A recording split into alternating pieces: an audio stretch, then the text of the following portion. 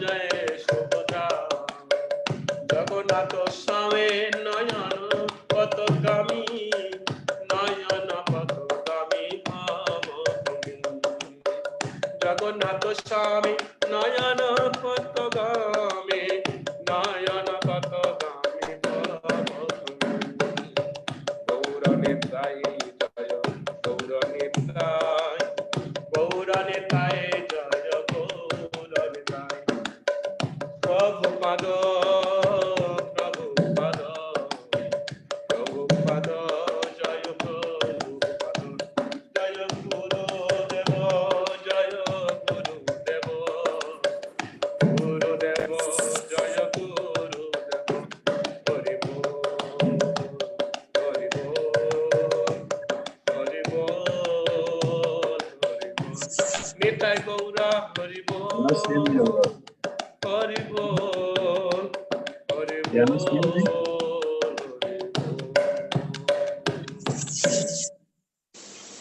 जय जगन्नाथ बलदेव सुदाम हराने की जय गुणिताय की जय तुलसी हराने की जय शिल प्रभात की जय जय गुरु परमानंदे हरि हरि बोल ISKCON गोविंदा की जय Thank you for lovely kirtans, Prabhuji. That's wonderful. Hari बोल प्रभुजी Hari Bol. And welcome to everyone to the Sunday Sankirtan. Thank you for joining us.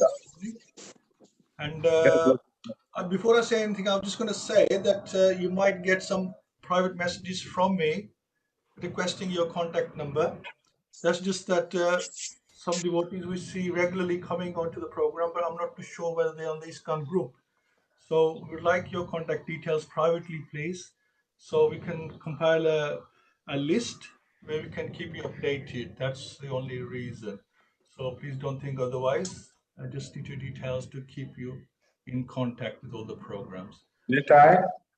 Now, our Maharaj is here. So I'm just going to, with Maharaj's permission, quickly introduce him, and then we'll start with the class.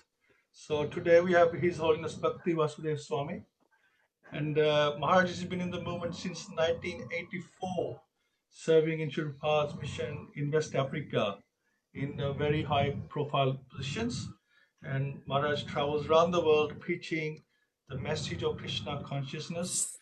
And Maharaj is an expert in integrating applied Vaishnava philosophy and management science. And career-wise, Maharaj has a PhD in applied management and decision sciences. Maharaj is a disciple of Bhakti Tirth Swami, His Holiness Bhakti Tirth Swami. And in 2009, Maharaj had Brahman initiation from Jayapataka Swami. So let's give Maharaj 3 Haribols, please, and welcome him. Haribol, Haribol, Haribol. Dandus Pranam, Maharaj. Hare Krishna, Namo Vishnu Padaya, Krishna Pristaya Bhutale, Srimati Bhakti Tirtha Swami Itina. Namaste, Krishna Padaya Prabhupada, Namo Vishnu Padaya, Krishna Pristaya Bhutale, Srimati Bhakti Vedanta Swami Itina. Namaste, Saraswati Deva Gaura Bhani Pacharani, Nirvisesa Sonya Bhadi Pasacha. Vancha kalpataribhya cha kripa sindhya patitana pavanabhyo vaishnavibhyo namo. So, today's topic, your choice of topic is community spiritual progression. I'm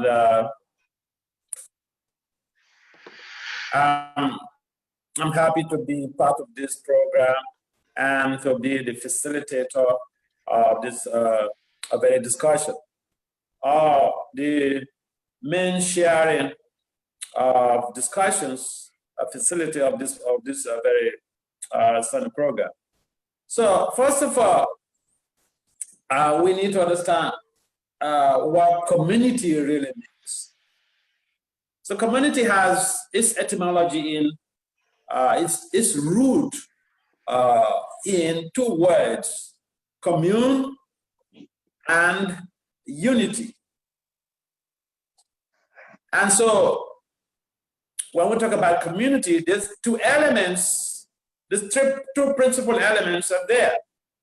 Commune means empathic communication. And we know a society without communication is basically, it's a dead society. And so community essentially implies that we are communicating. We are embarking on communication. And what we really need to do is that we have Krishna at the center of our communication. So what it boils down to is that we as a society or as an organization, a spiritual organization, we are interested in building our society, our spiritual society. And that is where the spiritual progression comes in. So community spiritual progression involves collectively developing or moving increasingly towards a more sustainable, advanced state for the attainment of our Krishna consciousness, and which is Krishna Prema. So the whole of these communities we have, that's a very powerful legacy of Srila Prabhupada. So Prabhupada wanted us to build communities, and the whole idea is rooted in Lord Chaitanya's inauguration of the Sankirtan movement, of the Krishna consciousness movement that is based on congregational development or congregational chanting. Lord Chaitanya, keep in mind, he emphasized, congregational chanting, the Harina, and he personally pioneered it. He will go out with his devotees. So that's a very positive way of trying to develop a community of devotees. That one, the leader, is very exemplary. He pioneers the affairs. He's the one in the front to be able to set an example for other members of the community. So what we are talking about community is having to do with Lord Chaitanya himself. And the whole idea, just a minute.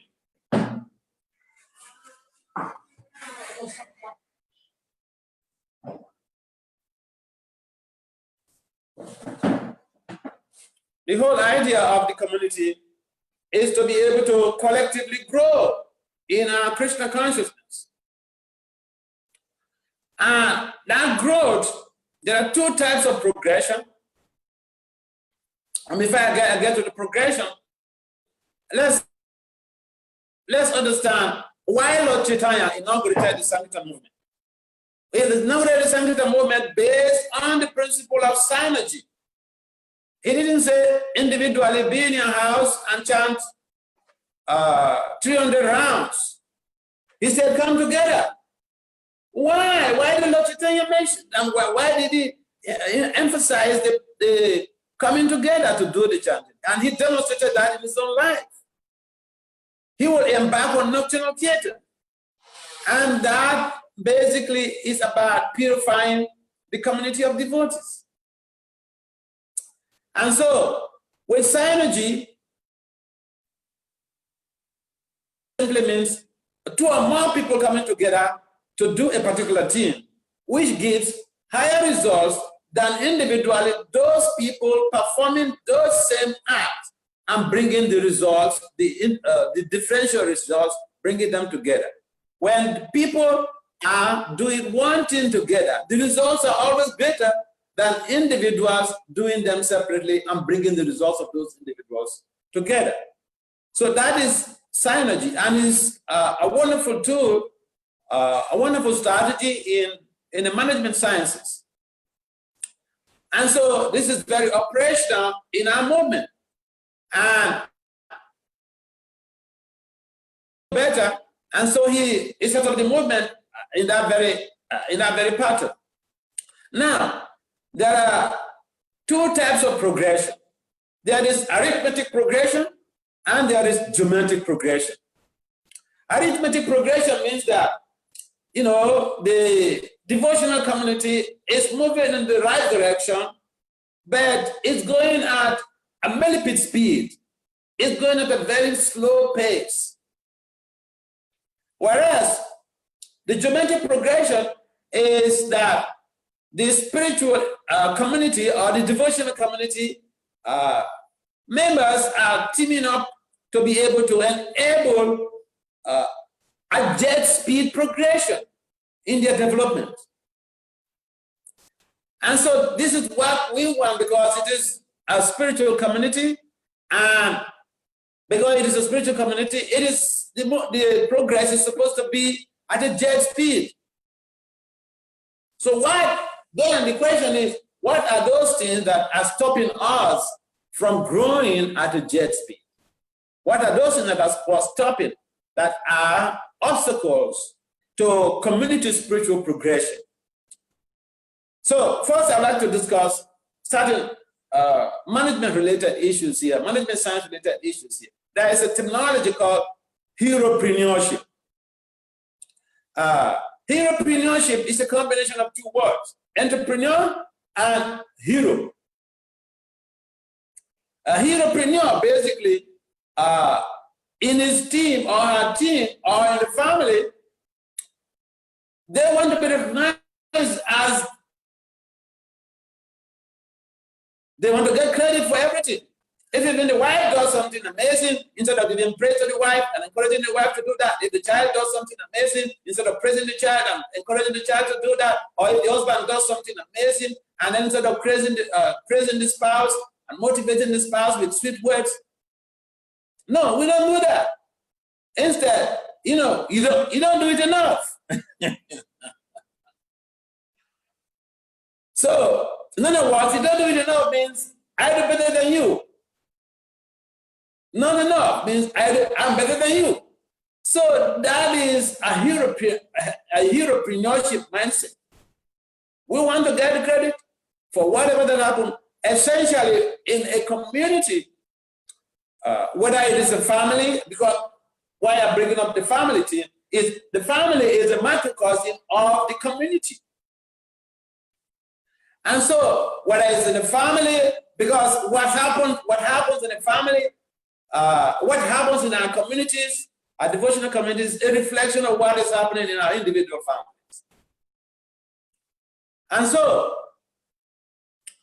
Heropreneurship is a basic, is a very great obstacle in our devotional or community spiritual progression, or is an obstacle that is impeding our jet speed progression in our spiritual communities. And therefore, what is important is to be able to see how we are, giving up this type of a mindset and recognizing the fact that the growth of the community is dependent on even a kid who carries the broom and sweeps the temple, a kid who comes to sing a day prayers, a kid who comes to participate in the theater. The growth, the acceleration of the devotional community is based on everyone. And therefore, we should understand that the collective effort is more important than an individual effort, or the claims of an individual that they are better off, or all of the good things that are happening in the society, or all of the good things that are happening in our community, that, it is my credit. Because, I'm the team leader, so it's my credit. Because I'm the breadwinner of the house, or I'm the chief donor of the community, of the temple. What the progress that the temple is making, the progress that the community is making, is I am the cause of it. I am the motivator. I am the engineer. I'm the one triggering that progress. So we have to give up this type of mindset. Another challenge to devotional spiritual progression is maladjustment. Maladjustment implies that we are not able to adapt and adjust ourselves to certain situations or certain circumstances. And so it is a serious problem, and maladjustment is one of the major causes of conflicts in the global village. Like you have the two presidents of different countries, they are friends. And one of them, even twins, they have different modus operandi and different modus vivendi. Even identical twins, they have completely different behavioral patterns. And so for one to expect that, your behavior has to be exactly like mine, or your values have to be exactly like mine. Your competencies have to measure to mine. Otherwise, we can get along together. That is a typical case of maladjustment. And a number of people on the planet, even in our movement, a number of us are maladjusted. We don't have the ability to adjust ourselves to suit the purpose of other members of our community. And this creates some type of dissension sometimes. And so if we have to move forward at a jet speed in our communities, we have to see how we are becoming more adaptive to circumstances and adjusted to certain environmental situations or certain conditions, or adjusted to certain people's behavioral patterns. Because all of us, we can have the same type of behavior. The third obstacle to community progression or community spiritual progression is what I call Phenological Mindset. Phenological Mindset is just it basically implies that we get too much into the mood of controllership. We get too much in the mood of being the center of all activities. We get into the mood of thinking, this is not my friend, this is my enemy, and he has to get up from this team, or from this group, or from this community. I mean, it's the same mindset that ISKCON was having. Krishna mentions in the Gita how the phenomenological person imbued with phenomenological mindset is thinking, I am the controller, I am the enjoyer. Everything is centered around me. And if someone is a perceived enemy, I just get him out of my way. So that basically is a ISKCON mindset, or a demonic mindset. What we call, we don't use this word demoniac in the management sciences because it is. It's too hard for people to absorb. So when we observe ourselves to be having this type of mindset, we need to work on ourselves. And then the other point, one of the major obstacles is low self-control. And believe it or not, everybody in our movement is a leader or a potential leader. Don't think that it's just members of the management board or members of a particular committee, or the temple president, or the temple vice president, the temple commander, or the operational manager of the temple. These are just, positions. But basically everyone is a leader. In fact, the Prabhupada mentions that a woman, a mother, a father, a demigod, a teacher, these are all leaders. And it's just people are not in a position to deliver their offspring from the onslaught of birth and death, from samsara, then, they should not endeavor to procreate. So basically, a leader is someone who is there, whether he's given a position or not, but is either implicit or explicit, being able to motivate, to inspire people to follow the path of devotional service. And so when someone has a low self-control, it becomes like a distraction, because every little thing will get them completely blown out. Or even little things, they will create a situation where they don't want to be around an environment. And so when we are able, like Rupa Goswami mentions, Washu Vegam, Manasa Kroda Vegam, Jiva Vegam, Dara Pastor Vegam, Etam Vegam, Yopisai, Sarah Apna, Pretty Vinsasasha.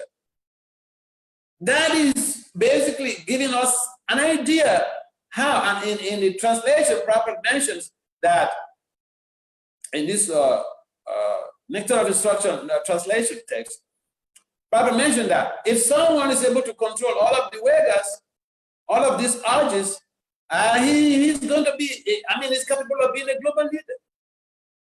So we have all these principles in our teachings. Global leadership is a big thing, because my specialty in academics is management and leadership. And so leadership, global leadership is just a big thing. People are investing so much of resources, research, different aspects or different approaches to global leadership. But the basic principles of global leadership are also right there in our literature, propounded by Rupa Goswami.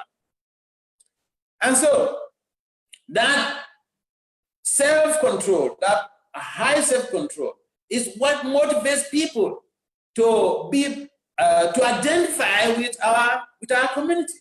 When they come around and they see that we don't get agitated by by someone's intended or unintended actions to disturb us, then that creates an avenue where they could be inspired.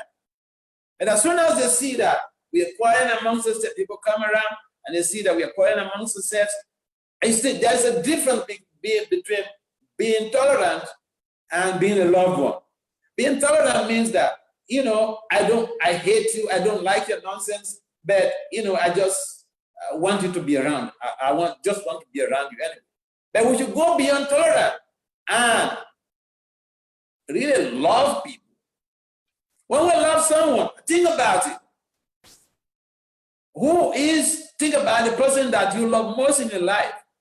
And if we want our community to grow at a progressive rate, then we should begin to think of how to express that love that we have for our most beloved in our lives. We should think expressing that love to everyone in our community. And then people come around when they see that type of comradeship, that type of loving relationship, because that is not found outside there. And when people come around and they see that type of loving energy and loving interactions, they want to identify with the community. They want to come and render service in the community. They want to be part of that community because there is a good sign for sustainability. One other point that distracts significantly from expedited community progression is bias. Bias is something we cannot deny that we don't have bias. Virtually every conditioned soul, everyone on this planet has one form of bias or the other. I'll give you an example. Implicit bias or the unconscious attribution of particular qualities to a member of the community. You don't even, sometimes, we just get someone comes to gossip to us that, oh, that Prabhu did like this, that Mataji did like this. And we don't really make some investigation. We don't verify. We don't call the person to find out about the message you received. And then we're going to action without getting some clarification. So that basically implies that, we have implicit bias. And the other point, the other obstacle that militates against community building, community development is gossip. Gossip can break communities, into pieces. And therefore, people who like to gossip, in most cases, they don't have anything else to do. But we have a lot to do in our devotional culture, in our devotional life. We have a lot of services to embark on. Therefore, if someone comes to gossip about someone that devoted to us, we should ask. I mean, I did this a lot of times when I was involved in management. So if someone comes, because I used to be very tough, and so sometimes I get my friends, they come to report some devotee to me and say this devotee did like this, did like this. Then I would ask, yes, okay, so let me have the facts. Well, what are facts? What are evidence? Because I came from a judicial background, and so some of my friends, some of my devotional friends, they don't usually like it because I ask for evidence, or I ask for some, some basic fundamental facts about what they are presenting to me. But when people come to gossip something to us, we should ask them whether they have evidence about what you're saying, whether they can stand and say this before the other person.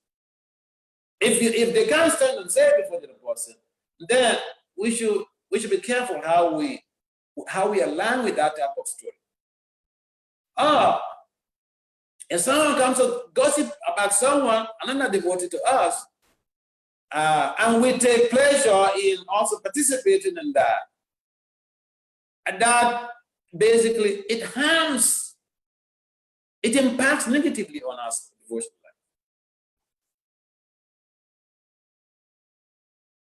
life. Is even till today, if someone comes to, say something to me about somebody, so I said, can I call for a meeting to resolve this matter?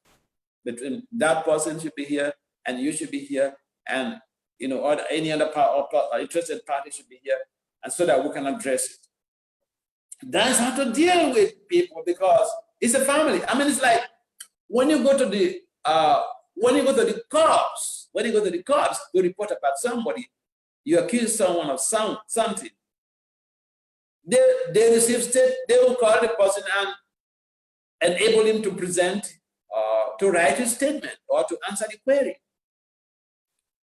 And so we have to see how we are using the secular tools in developing our communities, because gossip can break a community to pieces.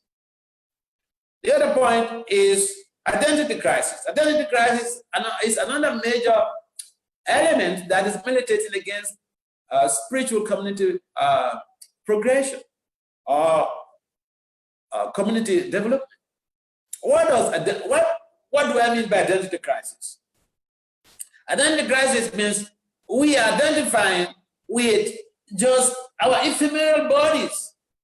And so I'm a black guy, I have a black skin, and so if I'm suffering from the disease of identity crisis, it means if I see another black guy, it becomes my friend, without undermining whatever situation that could be. But the whole idea is that, but Prabhupada mentioned, and Prabhupada emphasized this point so much. I've been to temples. I have traveled around the world. I've been to temples. I live in America. I'm a US citizen. I was born in Nigeria, but I'm a US citizen. I live in Nigeria. How did I come to America?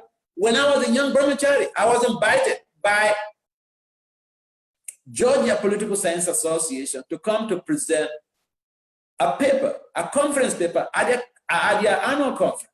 Georgia Political Science Association, not a religious organization, not a philosophical organization, Political Science Association. Those are the type of preachings I do. I utilize the Vedic concepts, the Vaishnava principles in providing solutions to leadership management issues. And so, at the end of the crisis, I've seen in so many of our communities that people come to the temple during the prasadam, then you see the Hispanics, they sit on one table. You see the whites, they sit on one table. You see the Indians, they sit on one table. Then you see the African Americans, they sit on one table. I've seen this.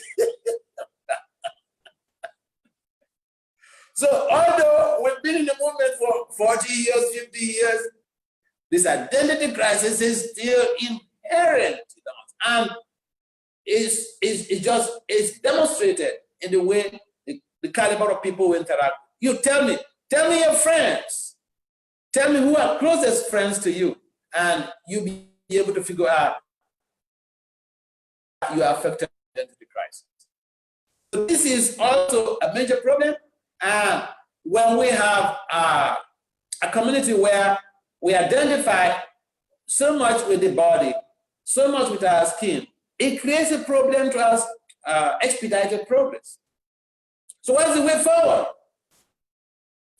The way forward, one of the principles to move forward on these very challenges is self-compassion. Self-compassion implies that we should have an evaluation of ourselves and see what is going wrong in our modus operandi and modus vivendi, our way of operation and the manner of our operation. We should figure out what is going wrong and we should rectify it. Every one of us, we have some faults. I have faults. Every conditioned soul has some faults. And an intelligent person should really, Baptism says, each morning we should beat ourselves, beat the mind with shoes to be able to, create a congenial thought pattern that will create a positive change. So self-compassion here implies that we take an evaluation of ourselves, find the fault in our own lives, and rectify it. Then we'll be able to have that opportunity to become compassionate on other people. Second point is servant followership and servant leadership. A number of people have heard about servant leadership, but even servant leadership, I remember I was in Michael. We were having some program, some leadership course, and there was one of these elderly devotees, Prabhupada disciple. He's a guru now, and he was also in that program. And so I was mentioning some things, and immediately he jumped in. Oh, servant leadership. And he was talking something completely, outside of track. But, we have a tendency to think that we know everything because we've been in the movement for 60 years, 50 years, 40 years. We know everything, but nobody knows everything. I don't know everything. Even my specialty in academics is leadership and organizational change or management. So I'm not in the hardcore sciences. I'm not a physicist. And so we have limitations. We can't claim to know everything, and therefore we should be ready to become like a very nice follower. Following in itself is a pride, because those who have wonderful followers, they'll become wonderful leaders. So Prabhupada has given us so many instructions, so many ideas on how to grow in our spiritual life. And the individual grow, if each and every individual is growing in their spiritual life, it means that our community is accelerating in the right direction. And so it is important for us to have that mindset. Now, Lord Chaitanya mentions he is not a brahmachari, he's not a grihastha, he's not a vanaprastha, he's not a sannyasi, he's not a brahmin, he's not a sudra. He said he is dasa anudat. Servant. We use this terminology all the time. But a servant, we should genuinely portray that quality of servitorship. We find in the history of Prabhupada, when Prabhupada came to New York to start this movement, he had all these hippies, bums, and potheads who were coming to his 26th Avenue storefront. And you know what? Prabhupada will have just maybe an apple, and he will cut the apple into slices and give to each and every one around. When his guests who were coming for his Bhagavad Gita classes, when they saw his service attitude, some of them decided to be rendering service. So to be a follower, servant follower, is a good deal because it inspires people, it inspires other people, it inspires new people. If people come and we're serving them instead of demanding service from them, that will motivate them because we don't find that outside. If people come to our communities and instead of demanding service from them, we are serving them sincerely and in a friendly way, they will feel motivated and enthused and be part of our community. And talking about servant leadership, a servant leadership is a good listener. He doesn't take decisions by himself. He will have to consult. And instead of taking a unilateral decision, he will want to hear from other people and he will want to work as a team. You know, I like doing that because in a team, if you bring the ideas and the other person brings his ideas, other members of the team, they bring the ideas, it's called brainstorming. We work together and generate ideas. Now, if those ideas fail, then nobody's going to blame the leader. Now, if the ideas are successful, then everybody may praise the leader. And so we have to understand that servant leadership and servant followership, they are essential ingredients in our everyday community development. Now, I would like to also share something that the late His Holiness Bhakti Swami Maharaj, he wrote in his books, and he penned down these very essential 4 points. He called it 4 principles of community building. And one of those very first principles, one of those 4 principles, or the first one is treat everyone in your community or failure of your spiritual life depends on the quality of that association or on the quality of that interaction you have with any member of your community. You should consider that to be the determining factor of the success or your failure in your devotion. That's powerful. It means that we have to work on ourselves. Because if understanding that, my success or failure is depending on this person, what will happen? We'll naturally love that person. We'll dispose to that person. Because a majority of people don't want their spiritual life to be a failure. I don't say everybody, because I've not studied all the devotees in the International Society for Krishna Consciousness. And in the management sciences, we don't generalize, except I conduct a research.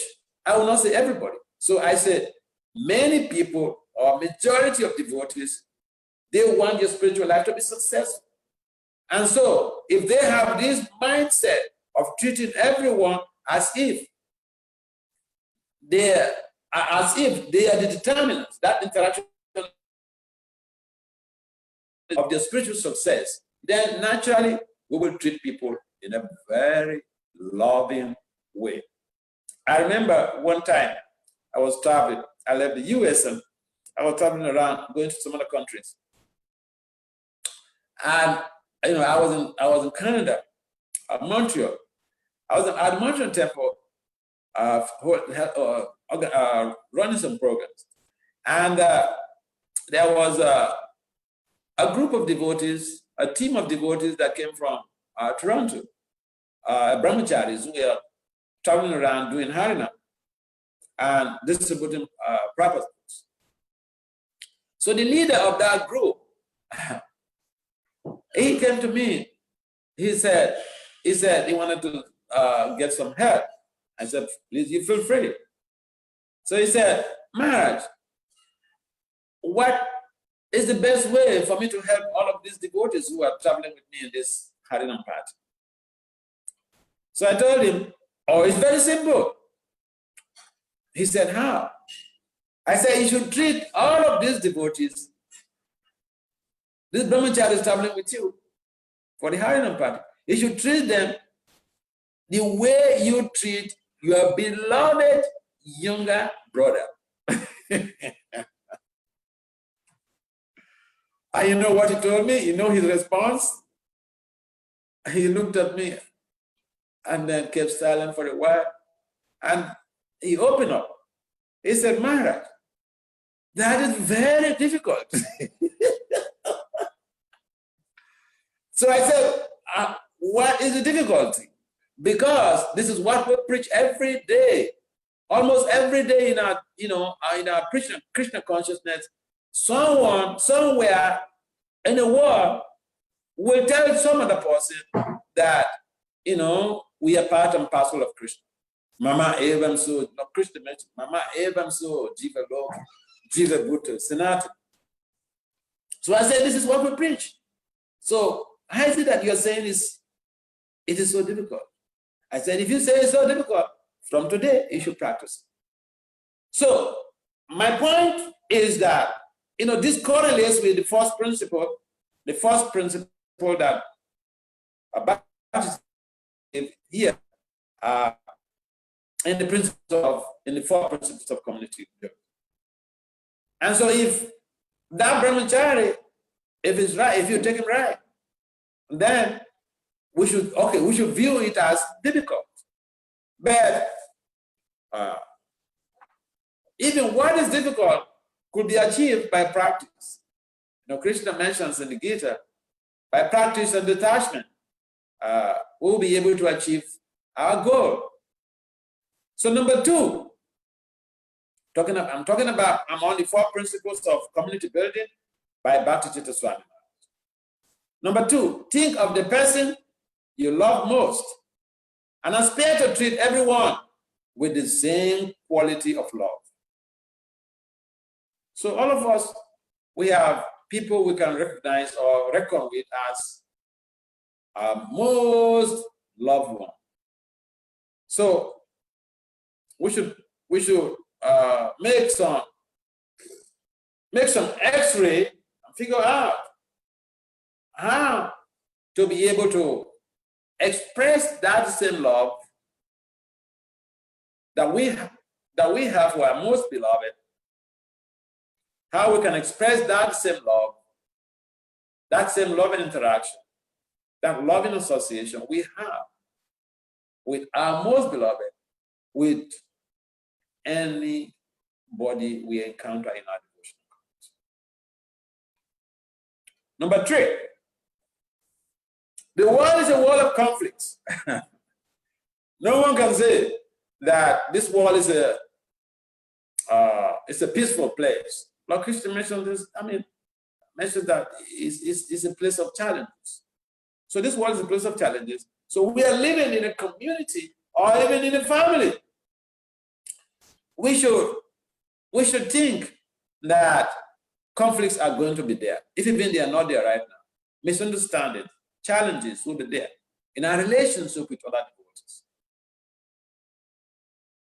So according to this third principle, Bhakti Swami Maharaj, he mentioned that we should view all conflicts as our own faults.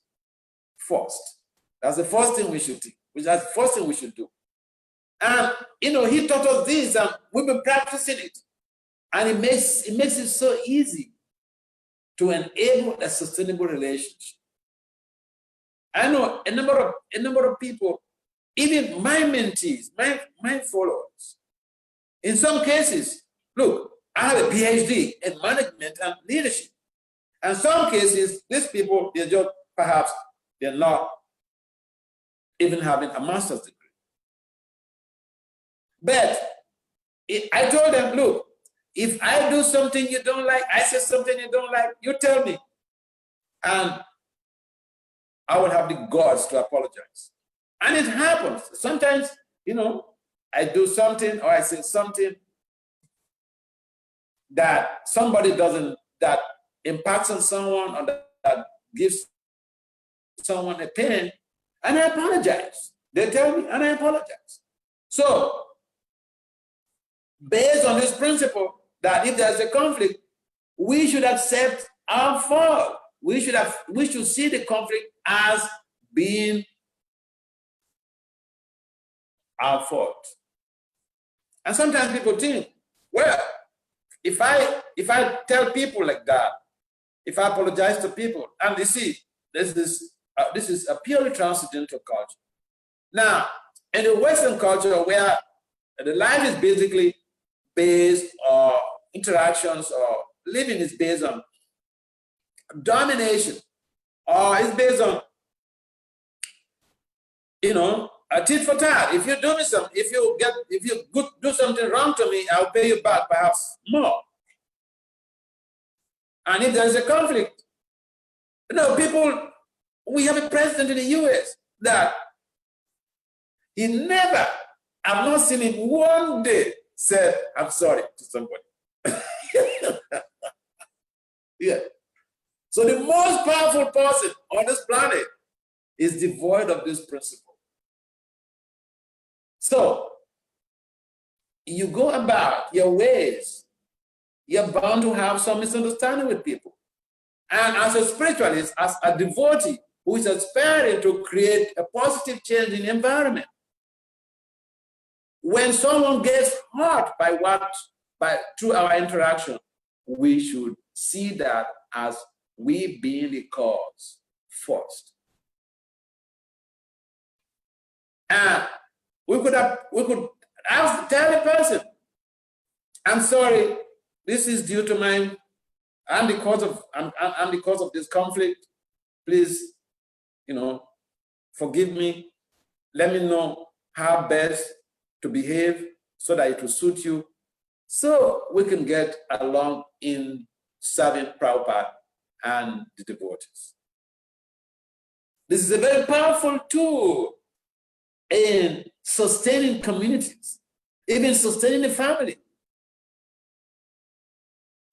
I remember I was in Delhi. I left New York to come to Delhi one time, and some years ago, and a young Grihastha, he approached me.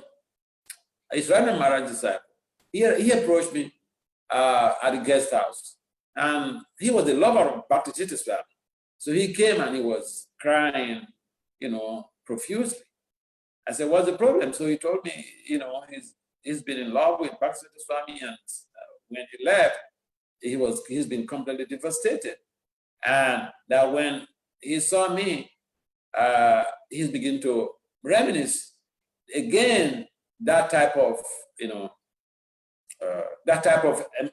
emotion. So he told me, would you mind being my Siksha Guru? I said, I don't have a problem with that. If you say you are in love with Bhakti Swami and you want me to be by you to assist you in carrying out the injunctions or the orders of your spiritual master, I said, your spiritual master and Guru Maharaj, they're Buddhists. They're very good friends. So I said, no problem. So then, before he left, he had approached me to ask what he could do to create a deeper, sustainable love in his family. He had a wife, 3 kids also. So I said, oh, I have the panacea, I have the solution. So he was very enthusiastic. He asked, so Maharaj, tell me.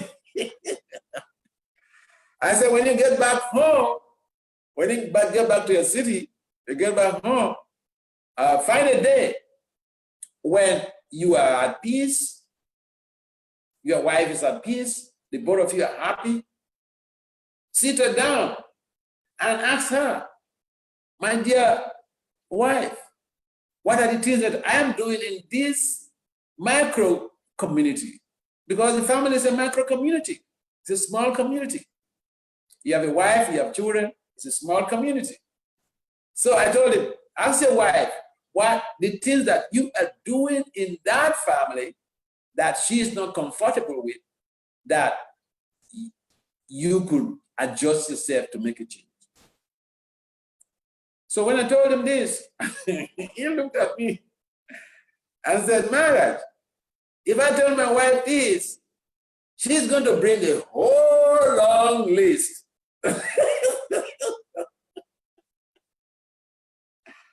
I said, so what? In other words, he's not going to do it.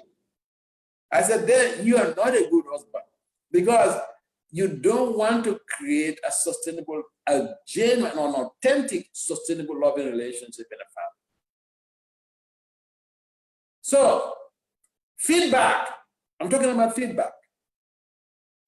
We should be ready to receive feedbacks. 360-degree feedback. When we live in a community, we should seek for feedback. Even seek for feedback from our younger ones, from our older ones, and from our peers. Because our behavior, we can never say how we are behaving and how people feel about it. So yeah, this is a good tool for those of you who have families. You try this. Don't think that you are perfect, because perfectionism is one of those hindrances to interpersonal relationships. When someone thinks, I'm perfect, that is actually like a phenological mindset. It's like, what Krishna describes in the Gita. Siddham, Balawansu, Siddham, I am perfect. No one is perfect on the planet. Anyone who says it's perfect, you just run away from that person 100 meters race, because he or she is a cheat. So the fourth principle here, and propounded by Bhakti Swami, and the principles of community building, the fourth principle is realize that people in your present environment might very well be the people with whom you will live out your life and who are likely to be with you at the time of death. Nobody, a majority of us don't know when we're going to die, and we prepare for it, like Marcus Prikshi. Majority of us, we don't know when we're going to die. And even we know when we are going to die, we cannot say precisely who are those who are going to be by our deathbed. See, I've seen cases in our ISKCON movement where a guru leaves his body and is the disciple of another guru who was taking care of him. I've seen that. So when we create unnecessary discriminations, this is my God, brother, this is my guru, and this is not my guru, we do not really know where we get help at the last moment when the heat strikes. And so this is a good takeaway for us. And they point out in our communities, we need to create a spiritual a spiritual safety. A spiritual safety means that we don't humiliate people because they speak something we don't like, or they ask a question we don't like, or there is concerns that we may perceive that, they're talking about us. To think that someone is talking about us is good. If someone is giving a lecture, he says something, we should think, oh, he's talking to me. That is a genuine listener. But to go about trying to victimize that person because they preach something or they say something that you feel or you perceive they're talking about you or they're talking to you, that's wrong. We are creating an environment that is not psychologically safe. So we need spiritual safety in our environment, which will allow people to exercise their fundamental human rights, the right of speech, their right of questions, their concerns. Being devotees or living in the devotee community does not mean we are slaves. We are not slaves. I remember I went to, I don't want to mention the temple. I went to one temple in the West because I have health problems. And that was in the UK. I will have health problems. And then I'm on diet. And so the first morning, they brought to me something like, completely out of my schedule, out of my skin, or out of my meal. So I told these two brahmacharis who brought the meal, I see, look, I may not be anything in this company outside. I'm a doctorate. I have this number of publications in peer-reviewed journals. So I've sacrificed my life as a volunteer in this movement for over 3 decades. I don't receive salary from anybody. So just ordinary food. When I come, if I didn't join the movement because of food. I'm a professional. So I told them this. I said, I'm a professional. If I need food, I wouldn't join this movement. I joined the movement because I want to purify myself. I want to serve and understand the philosophy, how to help other people. I said, but what you're giving to me is like, that is out of my menu. And it's like a prisoner's meal. They felt very bad. So apparently they went to tell the authorities about my comments. And so the next day, they set things up in a nice way. At least they align with what my health requires. And so we do make mistakes. And when we make mistakes and someone points to us, we should accept in good faith. And that temple, they become one of my best friends. Each time I come to the UK, I normally will visit. Some devotees at that temple send messages to me to query me about why I don't visit. So we have to enable a psychological or a spiritual safety in our communities. It means we should encourage people to speak out their perception, their observations, and we should seek for feedback. And so,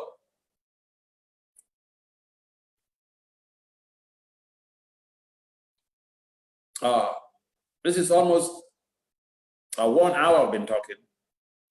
Okay, Maharaj, a few more minutes is good. It's okay. We're enjoying this. Please carry on. A few more minutes. No. I will not talk. We will not talk the whole day. We can listen all day, Maharaj. No, I'm sorry, but look, I'm an academic. We know that, especially in the management sciences, we know that if you talk more than 45 minutes or 1 hour, most of the things you say will not be recalled when the person needed it. So, see, I'm available. We can talk. This is my area, okay? I'm in management and leadership.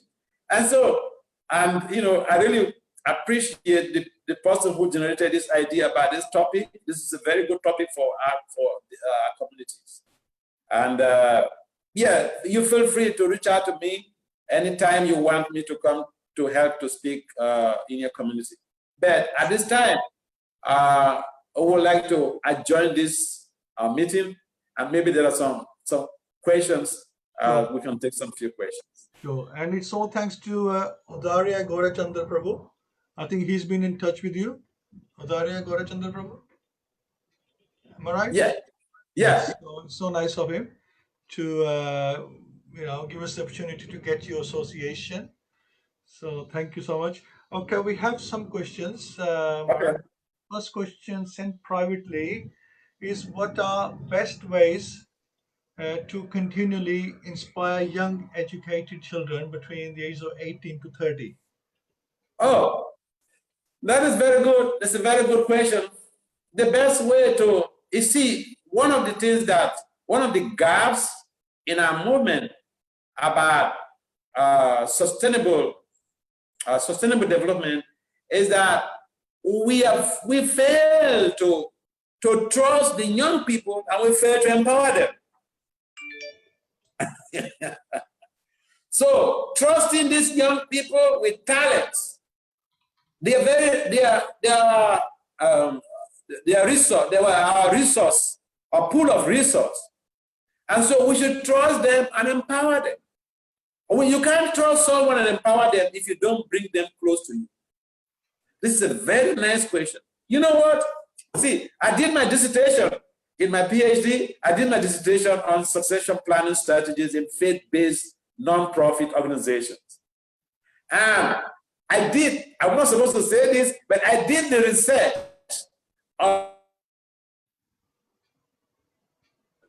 research on 2 devotee communities in North America. And one of those strategies that emerged from that research is trust in and empowerment of young potential leaders. So for us to trust them and empower them, we have to bring them close. We have to get close to them. Either we get close to them or we bring them close. Because if we bring them close, we will be able to make friends. If we don't make friends with somebody, they will not tell us what is going on with their life. They will not tell us what help they need.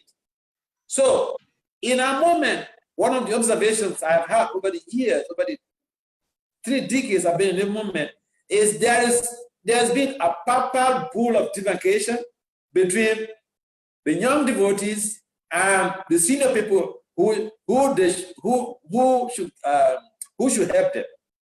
And so, except to bring people close to us, it is difficult to help them. It is difficult to trust them. It is difficult to empower them. So we should make friends. And you know what friendship can do? Friendship can make people to do things completely outside of their comfort zone for us. Completely outside your comfort zone.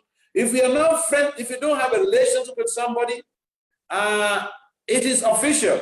So they can only do a limited events or limited activities. But if you are friends with them and you give them an opportunity to be able to move forward with little guidance, they will want, and you're giving them an opportunity to be able to use their limited faculties to explore ways on how to improve situations. You don't micromanage them. Then basically, the sky will be the limit. They will become highly empowered, and your society will have lots and lots of people in the talent pool where you can just go and pull out any resource person you need for any type of project. So yeah, first principle, get close to them, be friends with them, trust in them, and empower them. Sure. Thank you, Maharaj. Wonderful answer. We have another private question. Hare Krishna Maharaj, thank you for the class. How to get everyone on the same wavelength? We heard this class and we will practice, but then others haven't heard, so we'll act differently. Others have not heard. why didn't you record it? It's recorded, but they might not be in the movement, or Or they might be new, might come and they didn't hear it, you know. Okay, yeah. What basically happened, I have been having webinars. You know, I had a webinar just on the 11th of this month, and that was on what was it? A webinar on racial justice leadership. And you know, we have people from practically all over the world who register, who sign up for that webinar. And after the talk, you know, two professors, they sent me a message. One of them a professor of political science, another one professor of arts. They teach in the universities. And they said that basically two of them were mentioned saying the same thing.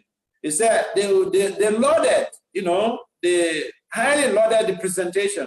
And because I adopted a system, it's not like, you know, as I'm talking to you people, because you are devotees, so the mood or the approach is different.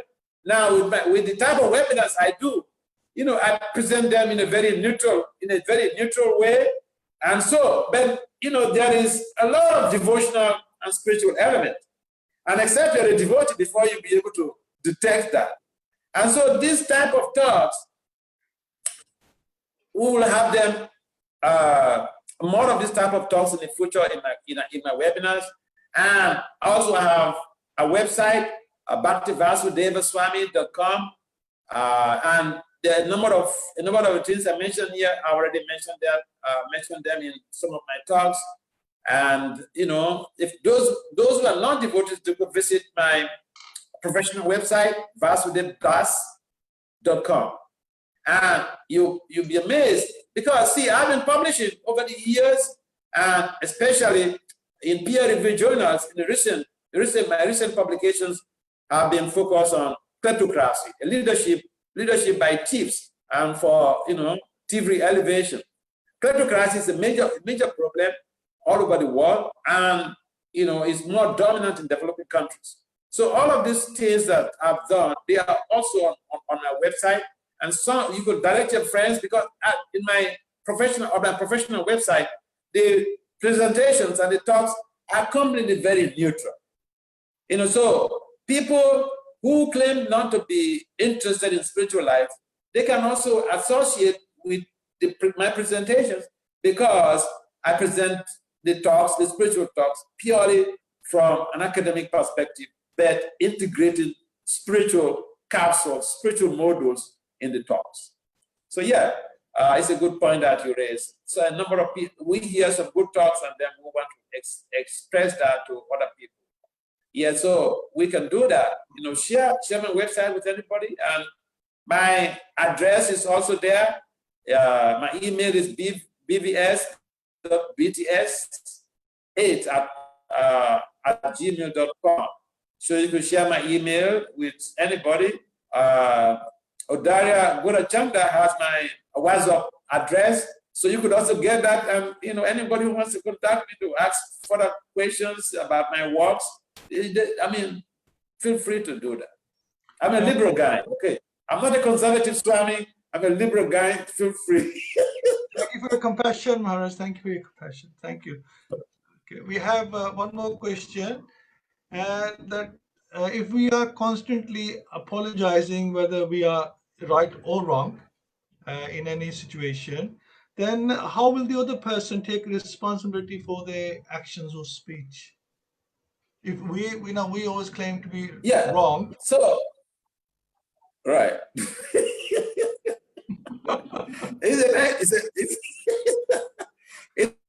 a nice question, because yes, that tendency is there, but you know what happens in general is that in a conflict, in an intensified conflict, the person who does the wrong, they know that they are wrong. Okay, they triggered something, they know they are wrong, but the ego doesn't allow them to say I'm sorry. So in most cases, when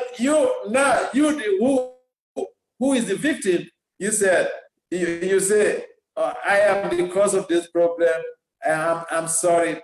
You please let me know what advice you have for me to be able to rectify myself so that I can get along with you in my friend relationship, so that we can get along, sustainably. When you are able to have the courage to do that, it's like bringing a chapati from a frying pan down. They become flat. They don't feel really deflated of their false signal, because the conscience will be pricking them. Conscience will be pricking them. Because now you are not just saying that this problem, I am the cause of the problem. Please, can you help me to let me know how best to behave so that we maintain our relationship, and how best I can improve on my values in our relations. So now you're seeking counseling from him, and as a devotee, they feel very disturbed. They feel very disturbed, and they will have to check. They will check themselves. Sometimes I'll give you another instance. I was at Laguna Beach in the US for a program some time ago, and after the Sunday program, after the Sunday lecture, one gentleman, he's in IT, he came to me and he told me a story about how one day he came back from office and he had 8-year-old daughter. And so when he came back from office, the girl did nothing when he came back to the house. The girl did nothing at all. But as he came back from office, for no reason, he just started raining all type of abuses on this girl. Now, the girl just kept quiet, very un-American, because that incident could lead the father to jail. Because the girl would just call the cops and report that the father is abusing her, and then they would take him to jail. But she didn't do that. She kept quiet. She tolerated the whole situation. But you know what? After some days, the father has even forgotten about what he did, and he was happy himself and the girl they were eating. And then the girl brought up the issue that, Papa, you remember the other day when you came back from office, you did this to me, you did this to me, you did this to me. Did you have any fight with someone in the office that day? 8-year-old girl. The man, he felt so much ashamed that he confessed to the daughter, yes, I had a lot of problems that day in the office. So when he told me that story, I told him to quickly call the girl, bring the girl, and he brought her. So I begged the girl on behalf of Prabhupada that the father was wrong. And I told the father to pay obeisance to the girl, because that is not a common human, that's not an ordinary human being. So we have to be careful about the truth and how we deal with people, because some of the people in our movement, they are coming from elevated backgrounds. And so when we are careful how we deal with them, we can actually reap very high, high positive results. Antithetically, if we just treat people like bolts and nuts, it will create stagnation in our devotion. And so, yeah, that's another story that, adds up that. It is important for us to see how we are becoming instruments of positive change. And when we have the courage, see, it is very difficult to tell someone I'm sorry. If even you're artificial, I know in the West, I repeat, my president, Donald Trump, for the years he has ruled America, I don't have any record in history where I ever told somebody, I'm sorry.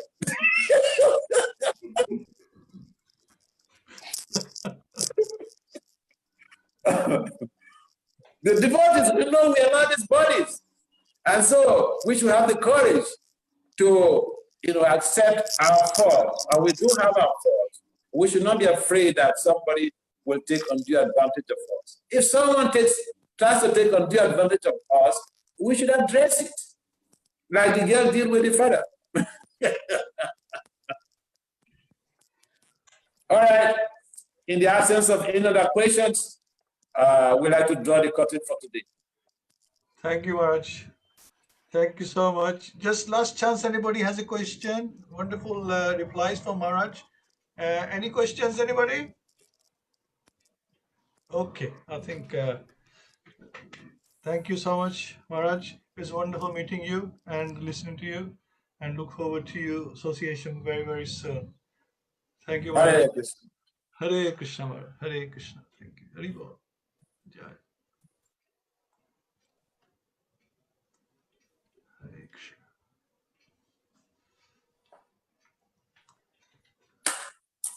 Class should not be more than 1 hour. Yeah, I want me to talk more. No, don't. Okay, now we have Rasimarte, Shani Mataji, and Prem Prakash Prabhu, and Aradhya Prabhu. Jai. So, thank you. So, Hare Krishna. Thank you, Maharaj, for lovely lecture and for your association. Please keep blessing us always. Otherwise, And bring us your association. Hari Bol. and Namaste Narasimhaya.